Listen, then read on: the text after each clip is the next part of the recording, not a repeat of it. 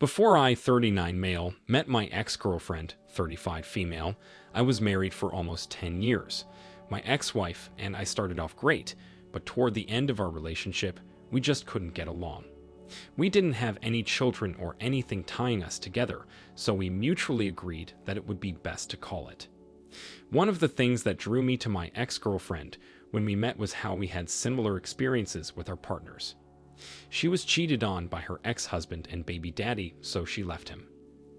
We bonded over our shared experiences, and given both of our pasts, I figured we would put a lot of effort into having a great relationship. I met her daughter, and we were an unofficial family for the 3 years that we were together. I wanted to marry her and formally adopt her daughter, so she would have my last name.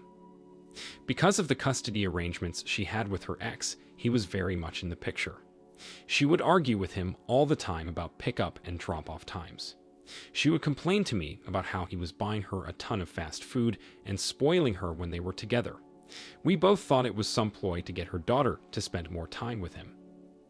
I was used to her texting him all the time. They would have phone calls and video chats from time to time as well. As far as I was aware, everything they discussed was about childcare. She would never go to other places to make the phone calls. She would tell me about everything that happened with him anyway, so there wasn't much of a point to it. I thought we had a pretty open relationship in that respect. One day I noticed that she was stepping outside a lot to make the calls. My suspicions weren't raised immediately, but I did think it was weird.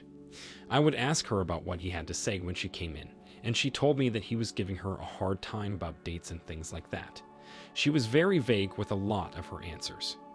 With their custody arrangements, they would alternate weekends that they would spend with their kid. So, every other weekend, I would surprise my girlfriend with a fun date night or something like that. I knew that she wasn't happy with the custody arrangement, so anything I could do to help her was good in my eyes. One weekend, I made plans to take her to a museum, then we would grab lunch and catch a movie after. I told her that we had plans, but I didn't tell her exactly what we were doing. I had already bought the tickets for everything because I just assumed everything would be fine. She went to drop her daughter off at her ex's house, and I waited around for her to show up back home. Time kept going, and she didn't show up. She knew that we had plans, and it was unlike her not to be on time for something. My mind went to the worst-case scenario, and I immediately started calling her to make sure she was okay. She didn't answer the phone, and I was a little panicked. All I could do was wait to hear something back from her. About an hour after I had reached out, I got a response from her saying that she was going to be spending the day with her daughter and ex. I was really confused about that because I knew she couldn't stand her ex. Plus, it was his custody weekend, and unless he invited her somewhere, she had no right to be lingering around. I didn't want to push it and ask a lot of questions, so I just told her that I was worried, and I casually asked what they were up to. She didn't respond to me until the end of the day. She told me that they went to a water park together since one just opened up near her ex. When she got home later that night, I asked her about her day to see how everything was. She told me that they all had a fun time, and she was glad that her daughter was able to spend time with both of her parents. She told me that it all felt normal again. Normal for her changed when he cheated on her and she divorced him. I was getting a sense that she missed what they had as a family. I could understand that, but I was a little bit nervous. I loved my girlfriend, and I didn't want to lose her. She apologized for missing my plans and promised to make it up to me. When she said that, I thought she was being a little cheeky about making it up to me in the bedroom. When I made a move on her, she turned me down. Our sex life wasn't the greatest on the planet before all of this, but after the weekend she spent with her ex, it was non-existent. For weeks, every time I would try to kiss her for more than a couple of seconds or do anything intimate with her, she would come up with an excuse to get away from me. At the same time, she was spending more time with her ex. It felt wrong to complain about it because she was framing it in a way that she was doing it for her daughter. But after a while, I started to suspect that there was more to it.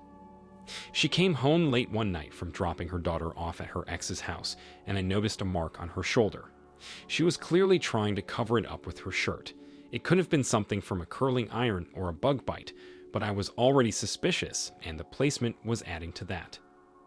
Later that night, I looked through her phone when she was asleep. I needed to know if there was something going on with her and her ex. Of course, my suspicions were immediately confirmed by their text messages. They were sending things like, "I can't wait to see you this weekend. I miss you so much. I want you back," etc. I looked through their messages and saw that he apologized for cheating on her and subtly blamed her for the cheating. Instead of fighting back like she normally would have, she accepted what he had to say and took some of the blame. I thought it was kind of pathetic for her to do that. The weekend that he told her he was going to the water park, he invited her to his house for a discussion.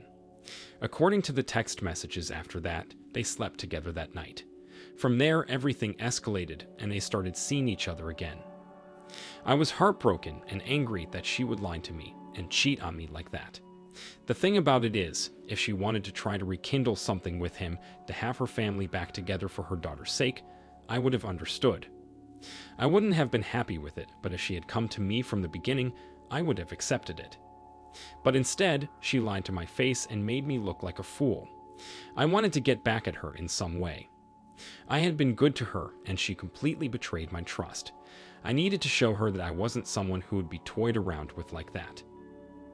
I played it cool and didn't say anything to her over the weekend. In fact, I tried to avoid her. After her daughter was back from her dad's house, I decided I was going to pay him a visit. I didn't know what I had planned when I got there. All I knew was that I was angry, and I needed to take it out on something. When I pulled up to his house, I noticed that there was an unfamiliar car in the driveway. It didn't belong to him, and it wasn't my wife's. I didn't know who else he spent time with, but given his history, I couldn't help but wonder if it was another woman. I thought it would be really rich for my girlfriend to throw away everything we had to give this man a second chance only for him to continue cheating on her. I kind of hoped that would be the case, actually. I looked inside the car before I walked to the door, and I saw that there was a fuzzy pink steering wheel cover and made an assumption that it was a woman's car. I walked over to the windows and peeked inside to see him very cozy with another woman. They were in his living room watching a movie. She was sitting on his lap with her arms around his neck, and they were kissing. I took a couple of pictures and drove away.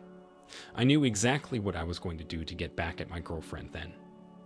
I got home and waited for her daughter to fall asleep so she wouldn't have to hear anything I had to say. My girlfriend sat down next to me on the couch, and I calmly told her that I expected her to be out of my house by the end of the week, and I didn't want anything to do with her. She tried to play dumb like she didn't know what was going on, but I told her that I knew about everything. She made it out like I was the bad guy for going through her phone.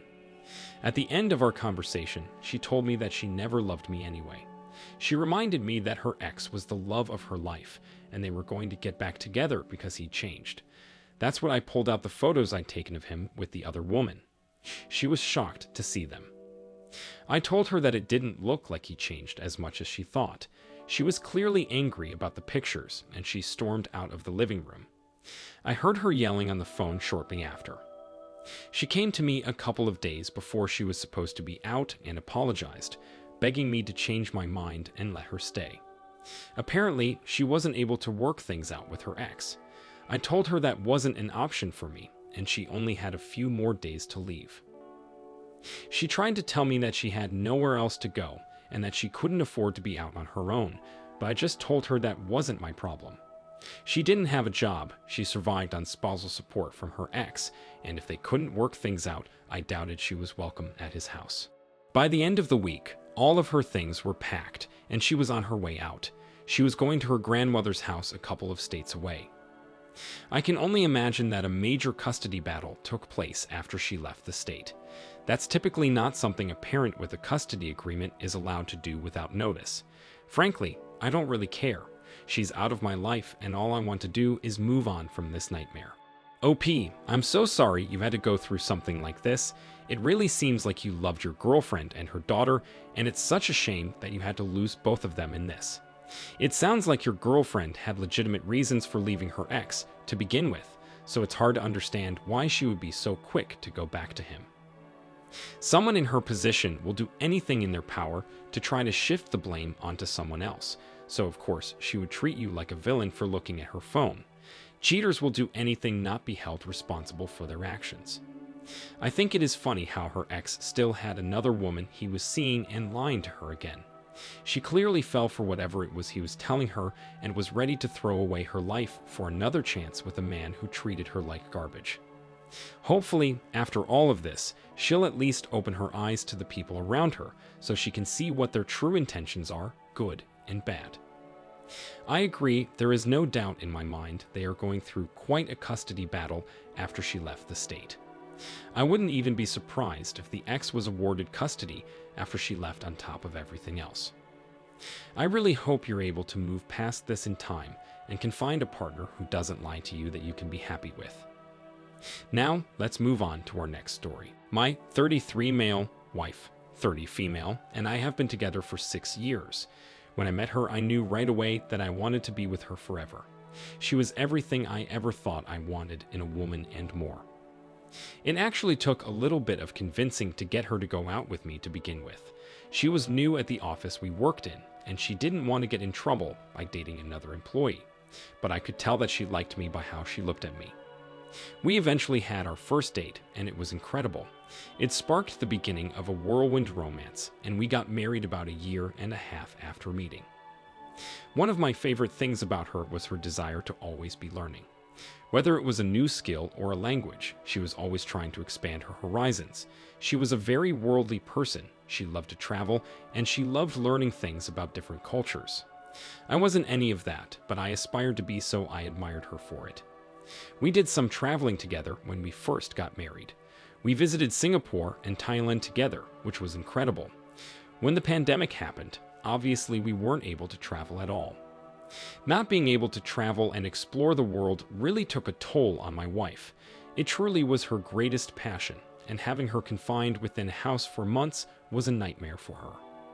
One of the things that she did to escape from that was to join this online club that would meet once or twice a month.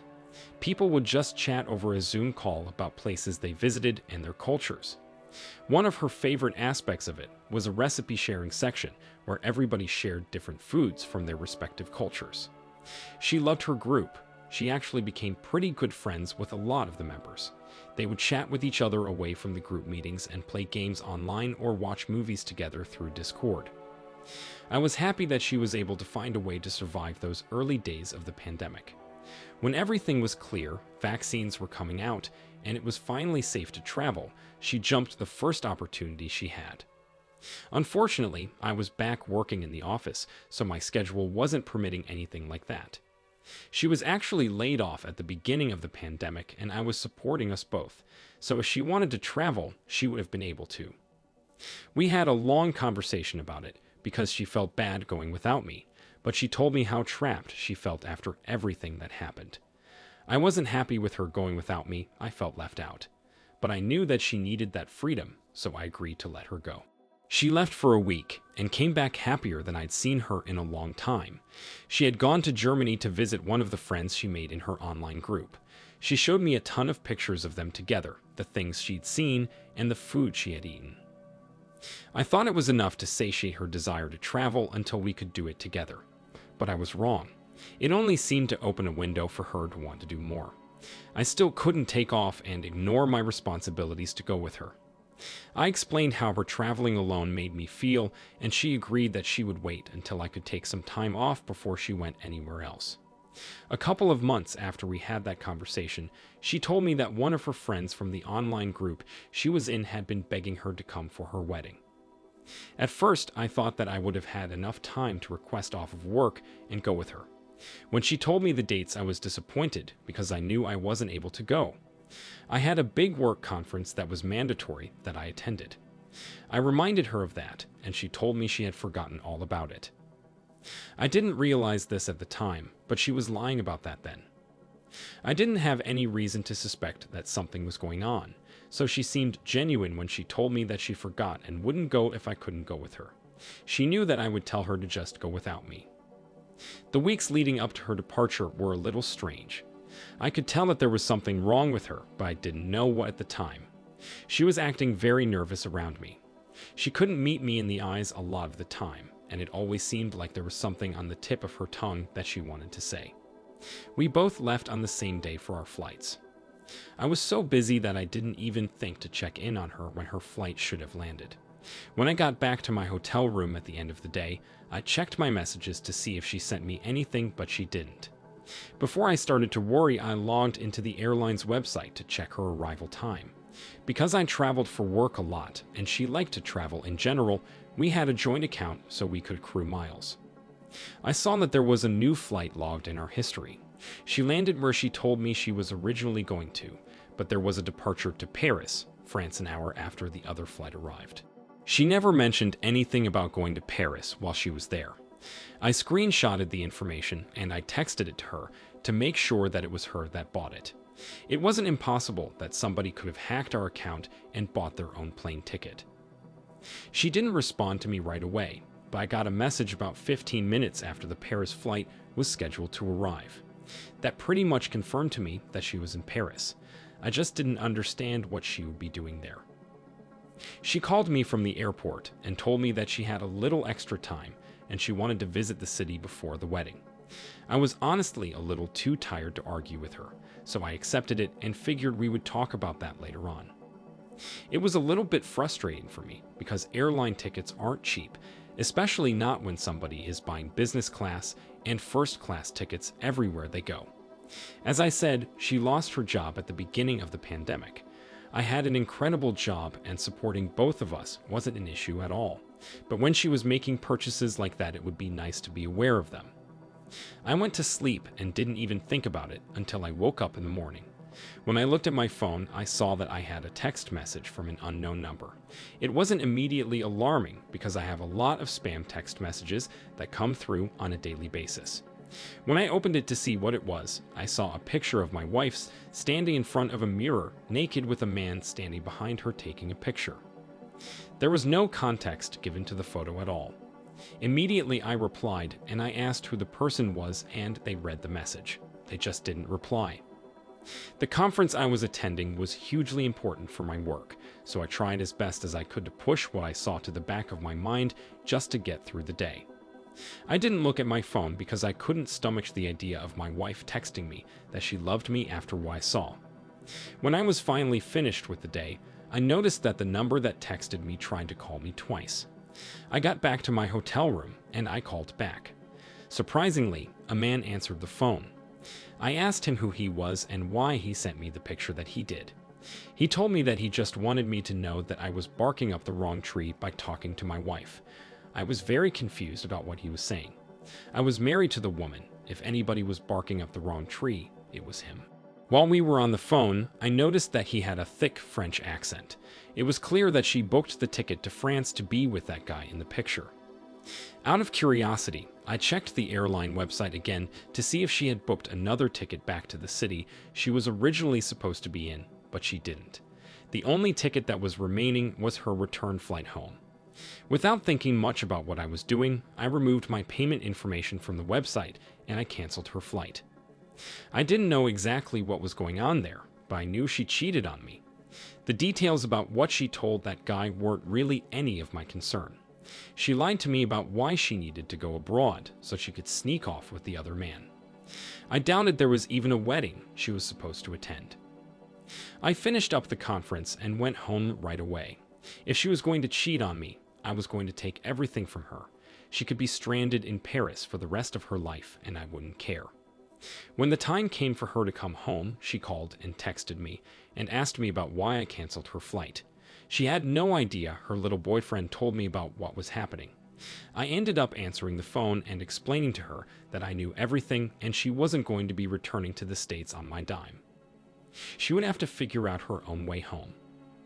She tried to explain the picture by saying that I misunderstood because that was an old photo of an ex. I knew for a fact it wasn't. She was lying to me yet again. I told her that she had one chance to tell me the truth, and that was it. She caved in and told me what was really happening. Of course, the man she met in Paris was one of the people from her online group. They had both gotten to talking, and he seduced her. He was in a band, and he was artsy, things that she would normally go for in a man before she met me. I didn't say anything about it, and I told her that when she got home, she could expect to find divorce papers waiting for her. Then I hung up. I didn't buy her plane ticket back. She actually ended up having to call several people to try and get them to buy her a ticket because she didn't have any of her own money. I had completely cut her off after I found out she cheated. Her sister ended up buying her the ticket, then called me to ream me out over the phone about stranding her. I did some digging online to try to find out who the guy was that my wife was sleeping with. She mentioned that he had a band, but when I found him, I was surprised by how many followers he had. He was a growing artist and had recently released a song that was doing pretty well. I knew it was wrong when I did it, but I couldn't help myself. I blurred out my wife's face so she couldn't sue me for revenge. Then I posted the picture of the man online with a throwaway account, tagging him in it. It got a lot of views, and the story that I posted along with it about how he slept with a married woman and ruined someone's life got a lot of sympathy from people. I divorced my wife, and she ended up moving out with her sister while she looked for a job that could sustain her. She ended up working in person again, which I knew would disrupt her traveling desires. I thought that was funny. A couple of months after I posted the picture online, I checked on the status of the band out of curiosity. They had gotten quite a mixed reception over the image. One of the band members spoke out on their Instagram page about how after everything happens, it was decided that it would be best for the band to part ways and pursue different paths. So, it felt kind of good knowing that their band might have broken up because of me. OP, it's clear your wife made up the entire story about the wedding to have an excuse to go abroad without you. She probably even scheduled the date during your conference because she knew you wouldn't be able to go along. It seems like she took advantage of your kindness by not only spending your money to go and have that affair, but also knowing that you would be okay with not going if it made her happy. I would be interested in knowing what she told the other man that encouraged him to send that picture. Did he think that they were in some kind of exclusive relationship? Did he think that you were some scorned lover who was texting her all the time? It's very strange that someone who was just sleeping with a woman would send a message like that. I think it's funny how angry your sister-in-law was about you stranding your wife in France. I think it was the least that she deserved after flying there just to cheat on you. I hope that the man's band broke up because of the picture that you posted. If they got a lot of negative feedback from it, I wouldn't blame the band members for trying to distance themselves from him. I know what you went through was a lot, but I hope you're able to move on in the future and find somebody else who will value what you put into a relationship. Thank you all for taking the time to listen to today's stories. If you enjoyed listening, please feel free to like and subscribe if you haven't already. Also, comment below with your thoughts on what happened. If there is a story you would like to share with me about your own situation or someone else's, then please do not hesitate to contact me. Take care.